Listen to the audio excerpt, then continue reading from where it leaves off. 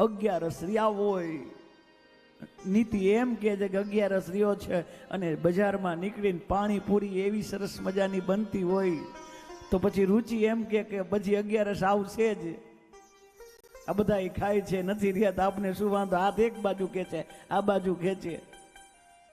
પૂજા કરતા હોય આત્મદેવ, આ ઉત્તાનપાદ પૂજા કરતા હોય, આ જીવાત્મા પૂજા કરતો હોય અને માળા અડધી થઈ હોય અને તરત જ મોબાઈલ વાગે એટલે તરત બે બાજુ હાથ ખેંચાય, માળા પૂરી કરી લે. નીતિ એમ કે માળા પૂરી કરી લે અને ઓલો ટેલિફોન વાગતો હોય રુચિ એમ કે માળા પછી કરશું, વેવાઈ નો ભોજ છે. કઈ બાજુ ખેંચાય આપણું શરીર? આમ બે બાજુ નીતિએ ખેંચે રાખે અને રુચિએ ખેંચે રાખે. આ યુદ્ધ ચાલુ જ છે.